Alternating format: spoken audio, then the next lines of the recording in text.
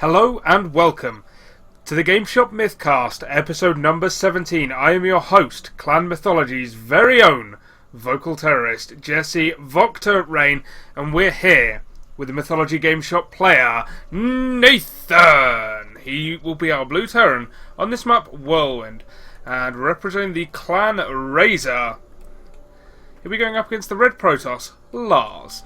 Now, I had a lot of fun on Myth TV yesterday. I have another packed day ahead of me. I have managed to just about tear myself away from XCOM long enough to do some recording. Oh my god, is that game addictive. I've already failed completely at one point, so I had to restart the entire game. Hopefully this time doing a little bit better. For those of you who did not watch Myth TV last night, well, you should have, but the video is still available. It's myself looking at 3 of the players taking part in the UK Team Takedown organised by myself and Techa, and that is Team Betamax. So, one of the things we got to see last night was an awful lot of Protoss play, but today we're back on YouTube for the GameShop MythCast, and we are getting to see some TVP, focusing on Nathan. Nathan is in fact 18, although, you know, it's hard to tell by the way he acts sometimes. Seems excited here, playing against a 14-year-old, hoping to smack down a child at a video game. That's Nathan, that's a little bit BM, you know? Play against someone your own size. Nonetheless, we're seeing Nathan start with what is his completely standard TVP opening once more. Cancelling a Marine. Playing very badly at this point. Wanting to get the orbital command out instead. Now going for the Reaper, so cancelling that initial Marine, going straight for the Reaper. He'll know where to head, because this SCV will come up here and see no base. But Nathan, it should be noted, you are terrible for making and then cancelling a Marine. You should probably switch to League of Legends at this point.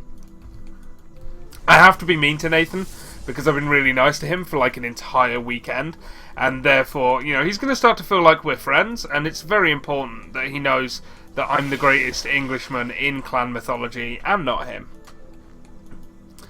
So, this first Reaper is going to come out and hopefully head directly south. Yep, Nathan is being decent, knowing where to scout. We'll see the fast expand coming up.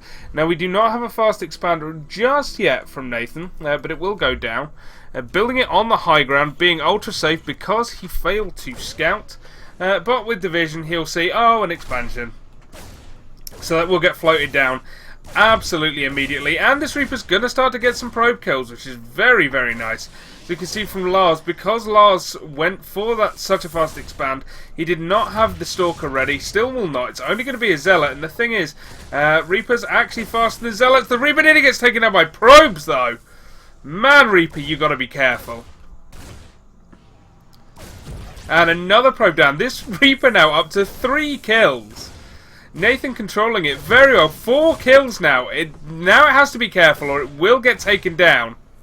Oh, Reaper! Another kill for it though. Up to 5 kills now. 6 kills.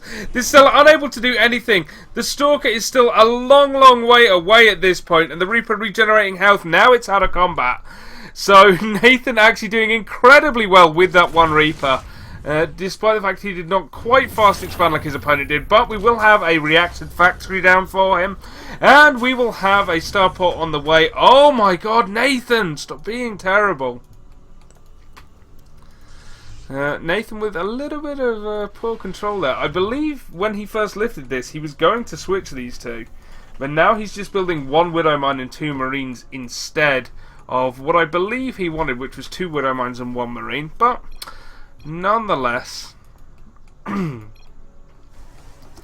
Nathan's Reaper doing a lot of damage, up to 6 kills, so there's still a slight economic lead for Lars, but he's going to get another one. This is going to be 7 kills now, which is not what you want, and this command center is finished. It is an orbital command. Oh my god, Nathan, land it down here. Good boy. So Nathan landing it down there. The starport is finishing up, and he will get a medevac out and proceed to attempt to drop either the expansion or the main. The Stalker finally forcing the Reaper back. But the Reaper will stay alive, and with 7 kills, so utter hero. With a bunker up, this Stalker then will not be able to pressure any further all by its lonesome.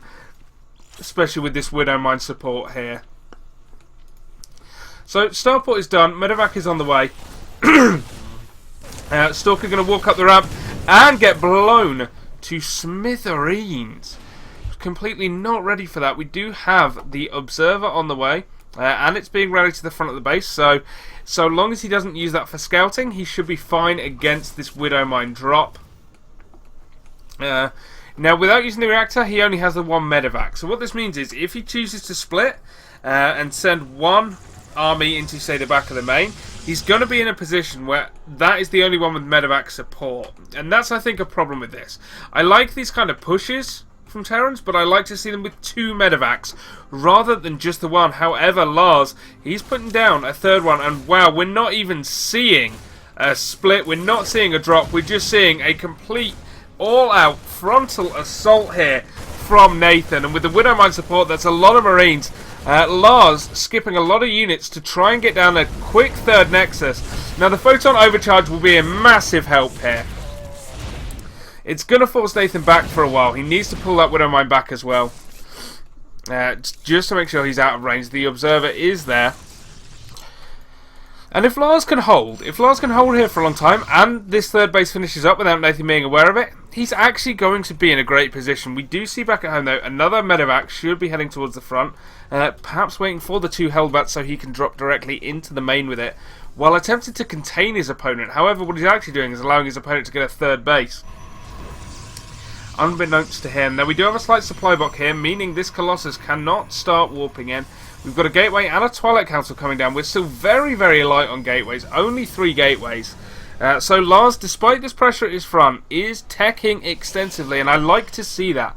He feels like you want to hold a pressure like this with the minimum amount of units and tech as hard as you can, especially when you have this 3rd base done. Now the one thing is, this Hellbat drop may actually end up spotting the Nexus. No, it is going to miss it.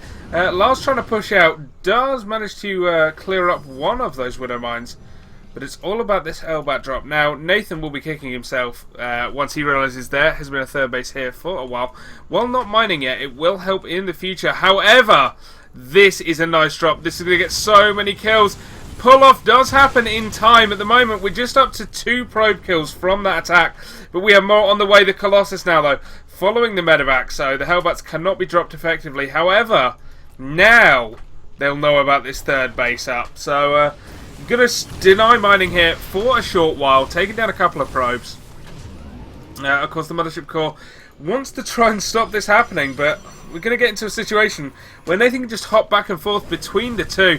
We have more Hellbats drop down here, getting more and more kills, and the army of Lars is virtually non-existent. It's all over at the 3rd, so we're seeing more and more pros being killed. Lars, at this point, is just unable to really stop this constant harassment. His army is all in one place. It needs to be everywhere at once. He needs to be shutting these down. And Lars, focusing perhaps a little bit too much on teching and economy, is losing an awful lot of probes here. To Nathan's attack, incredibly stunning, but look at this. We have 34 workers killed at this point.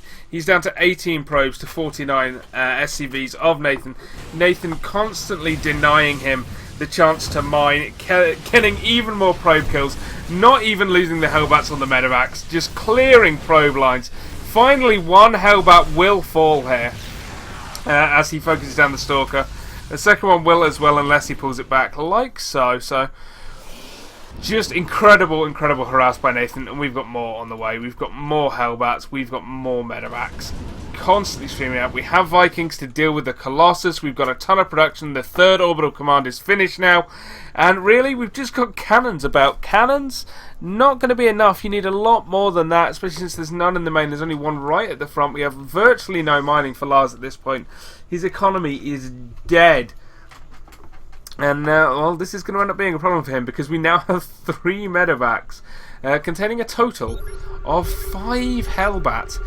producing large scans, one at each base, to see, where's the army? Well, the army's actually heading towards your base, but there's only 2 Colossus with it. There's more than enough fire. Well, there's 2 Vikings out, but really this is going to be enough with this many bunkers, with the Widow Mines as well. The Hellbats are just going to come in here and clean up the last of the economy.